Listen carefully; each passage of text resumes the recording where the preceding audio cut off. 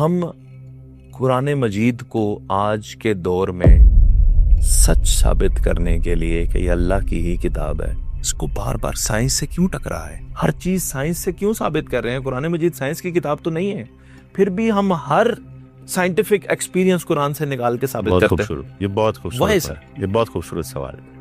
دیکھیے، میں جب سے یہ کام کر رہا ہوں مجھ پہ دو طرح کے اعتراض ہوتے ہیں، اور دو بالکل اپنے ایک دوسرے سے مختلف گروپس کے اعتراض ہوتے ہیں۔ ایتھیسٹ مجھ پہ یہ سوال کرتے ہیں، آپ کو کون سا پسند ہے؟ مجھے دونوں پسند ہے۔ میں آصف صاحب، میں تمام انسانیت سے بغیر رنگ نسل، بغیر مذہب، بغیر قومیت کے محبت کرتا ہوں، اور بے انتہا محبت کرتا ہوں۔ ایتھیسٹ سے بھی کرتے ہیں؟ بے انتہا۔ انہیں سب کو اللہ تعالیٰ کے راستے کی طرف لے کے جانا چاہتا ہوں، کیونکہ اللہ تعالیٰ کا حکم ہے قرآن کریم میں، حضرت موسیٰ علیہ السلام کو فرعون کے پاس بھیجتے ہیں اور کہتے ہیں کہ ان سے نرمی سے بات کرو، شاید ہدایت حاصل کریں۔ تو یہ سوال مجھ سے ایتھیسٹ کہتے ہیں کہ جو چیز سائنس میں آتی ہے قرآن کریم کہتا ہے کہ پہلے سے، اور ایک دوسرا طبقہ ہے ہمارے اپنے مسلمان، وہ کہتے ہیں کہ قرآن کریم کوئی سائنس کی کتاب نہیں ہے، یہ ہدایت کی کتاب ہے۔ اب ہمیں اس کے لیے سب سے پہلے سمجھنا ہوگا ہدایت کیا ہے؟ گائیڈنس، سیدھا راستہ، سچائی کو سمجھنا۔ سچائی کیا ہے؟ یہی ہے نا ہدایت۔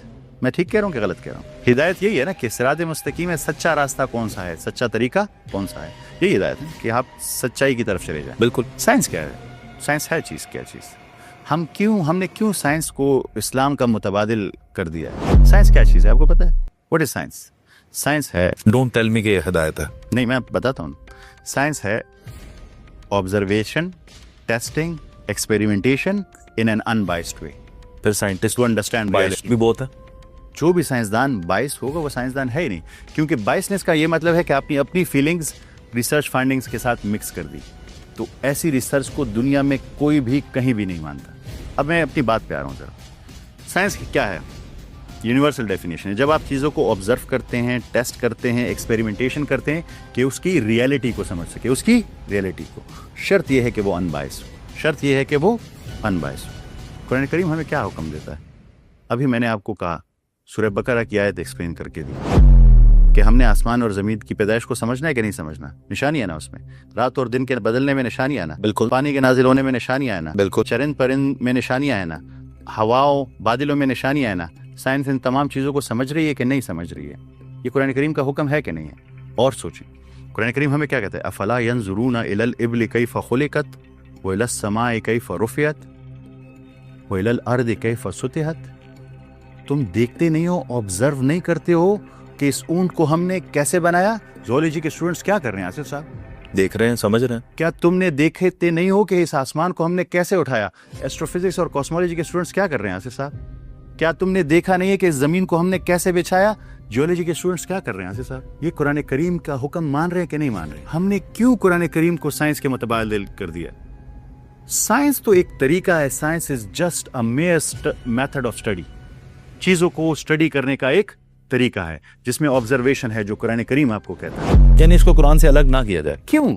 میتھڈ آف اسٹڈی ہے، پڑھنے کا ایک طریقہ ہے، تو پڑھنے کے طریقوں کو آپ قرآن کریم سے کیسے ملا سکتے ہیں؟ اور وہی طریقہ ہے جو قرآن کریم ہمیں کہہ رہا ہے۔ یہ تو قرآن مجید پسند کر رہا ہے۔ آپ کو کہہ رہے ہیں نا، میں نے آپ کو بھی کیا کہ افلا ینظرون الی الابل کیف خلقت، کیا آپ دیکھتے نہیں ہیں، غور نہیں کرتے ہیں کہ ہم نے اس اونٹ کو کیسے بنایا؟ تو سائنس زوالوجی کے اسٹوڈنٹس کیا کر رہے ہیں؟ یہی کر رہے ہیں کہ نہیں کر رہے؟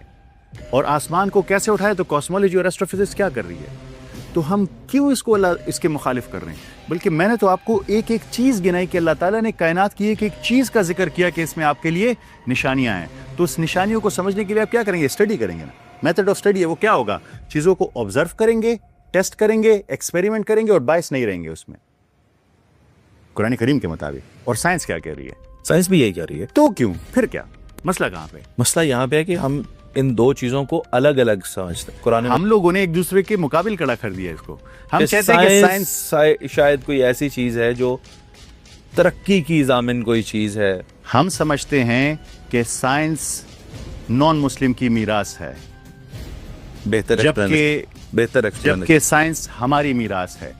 ابن ہاشم، ابن سینا، الخرزامی، اپنی میراث میں ہم آج کی طرح کوئی ہے کنٹریبیوشن؟ گوادی ہم نے جو افلاس سے میراث پائی تھی، سریا سے زمیں پہ آسمان نے ہم کو دے مارا، یہ اب ہماری حیثیت ہے، کیونکہ ہم نے اس میراث کو اپنی میراث سمجھا ہی نہیں ہے۔ ہم نے تو اس میراث کو کہا کہ یہ کسی اور کا کام ہے، اور جو بھی اس کو اٹھاتا ہے تو اسے کہتے ہیں کہ یہ تم کیا کر رہے ہو. اب سوچ بھی نہیں سکتے کہ مجھ پہ اس پہ کتنا کرٹیسزم ہو رہا ہے. پر میں ابھی یہاں پہ آپ کے سامنے جو ایکسپلینیشن دی ہے اس میں آپ کو ایک بھی illogical بات لگی ہے قرآن اینڈ سائنس کے لحاظ سے؟ بالکل یہ قرآن کریم کی آیتیں نہیں ہے جو میں بیان کر رہا ہوں. کیا اللہ تعالیٰ کا حکم نہیں ہے؟ کیا اللہ تعالیٰ آپ سے پوچھیں گے نہیں کیا آصف؟ میں نے کہا تھا کہ فلا ينظرون الى الابل كيف خلقت والى السماء كيف رفعت. یہ آسمان کو ہم نے کیسے اٹھایا ہوا ہے، پلرز بھی نہیں اٹھے ہوئے. تم نے سوچا تھا، تم نے اسٹڈی کی تھی؟ تو آپ کہیں گے کہ نہیں نہیں وہ تو سائنس میں تھا، کاسمولوجی ایسٹروفزکس. سائنس تو قرآن کریم کے خلاف میں کیسے پڑھتا؟ دے پائیں گے یہ جواب؟ نہیں، یہ جواب تو ہے ابھی نہیں. تو پھر جو اٹھنے والے سوال ہوتے ہیں جب سائنس ریسرچ کرتی ہے، اٹھنے والے سوال مثال کے طور پہ آسمان کدھر ہے، ان کا جواب مولوی صاحب سے پوچھیں، وہ کہتے ہیں کہ یہ کیسی باتیں کر رہے ہیں آپ. آپ کو یہ پتہ ہے کہ جو قرآن کریم نے ورڈ استعمال کیا ہے آسمان کے لیے وہ کیا ہے؟ سما ہے. سما کی آپ کو پتہ ہے کہ کسے کہتے ہیں عربک میں؟ نہیں sir. That what is about you. And what is about you? آپ کے اوپر سب سے پہلے تو ایٹماسفیئر ہے، اس سے اوپر ہیلیوسفیئر ہے، اس سے اوپر نہیں، اس سے اوپر میگنیٹوسفیئر ہے، پھر ہیلیوسفیئر ہے، پھر لوکل ببل ہے. پر ایک اور چیز ہے جو بہت مسٹیریس ہے. وہ کیا ہے؟ وہ ہے اسپیس ٹائم کی چادر. آپ کو یہ پتہ ہے کہ اگر دوسری کائنات میں جانے کا راستہ ہے تو اس میں ایک انویزیبل چادر ہے، آپ نہیں جا سکتے. ویسے تو اگر آپ ایک کمرے سے دوسرے کمرے میں جانا چاہیں تو یہ دروازہ کھولیں اور دوسرے کمرے میں چلے جائیں. اب یہ سائنس یہاں تک تو پہنچ گئی ہے کہ ملٹی ورسز ہو سکتے ہیں. ملٹی ورس مطلب ہماری کائنات اکیلی نہیں ہے، دوسری کائنات ہے. تو دوسری کائنات میں کیسے جائیں؟ دوسری کائنات میں جانے کا راستہ کیا ہے؟ آپ کو پتہ ہے وہ راستہ کون سا ہے؟ Black hole. اور بلیک ہول کیا چیز ہے؟ وہ سوراخ ہے. ہول ہے کس میں؟ اسپیس ٹائم فیبرک میں، جس نے آپ کو روکا ہوا ہے دوسری کائنات میں جانے کا. ایک انویزیبل آپ کے اوپر چیز ہے جس سے ورنہ تو سب چیزیں بلیک ہول کی طرف جا رہی ہیں. بلیک ہول تو خیر وہ ایک ڈفرینٹ ڈسکشن ہے. بلیک ہول جو اپنے آپ کو کھینچ رہا ہے، اس کی کیا پاور ہے، کتنا بڑا بلیک ہول ہے.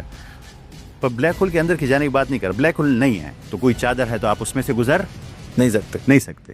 اس میں سوراخ ہوگا تو آپ اس میں سے گزریں گے. یہ اسپیس ٹائم فیبرک کو ہم آج مانتے ہیں کہ نہیں مانتے؟ یہ تو سائنس کہہ رہی ہے اور یہ کہہ رہی ہے، لیکن یہ تو انویزیبل ہے نا. ہم تو نیلے آسمان کی بات کر رہے ہیں. نہیں ہم قرآن کریم نے کب نیلے آسمان کی بات کی؟ قرآن کریم میں کس آسمان کی بات؟ قرآن کریم میں نے آپ کو کہا سما ہے واٹ از اباو یو، جو آپ کے اوپر ہے. رنگ نہیں بتایا آپ کو تو یہ پتا ہو کہ آسمان نیلا ہے بھی نہیں نا.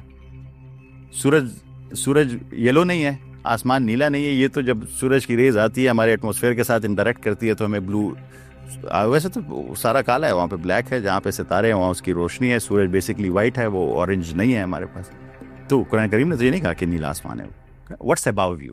تو ہمارے اباو میں نے آپ کو لیئر پوری بیان کی، اور ایک یہ وہ سب سے جو لیئر ہے وہ ایک اسپیس ٹائم فیبرک کی ہے جس میں سے آپ گزر ہی نہیں سکتے. آپ کو پتا ہے بلیک ہول میں سے قرآن مجید میں یہ ذکر ہے کہ آسمان پلرز کے اوپر کھڑا ہے. نہیں، انویزیبل، ایسے جس کو آپ دیکھ نہیں سکتے. اور وہ اتنی خوبصورت ڈیفینیشن ہے، جب آپ گریویٹی کو سمجھیں گے آپ حیران رہ جائیں. سر کیوں نہیں دیکھ سکتے؟